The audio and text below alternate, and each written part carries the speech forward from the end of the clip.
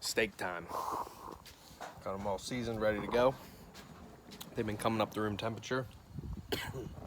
Always like to make sure they're all the way up to room temperature whenever I start to grill or I season them and start messing with them. Always rinse it off. I'll dry them off with a paper towel and then I'll season them.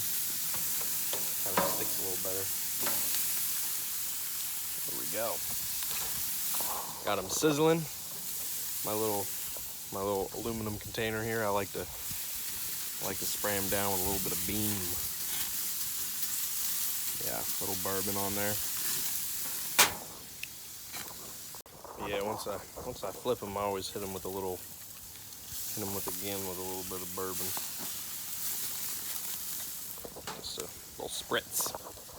Like to get them about 145, just between medium and medium rare, pretty close. Check there, 135. She can do that, but I like them a little less new.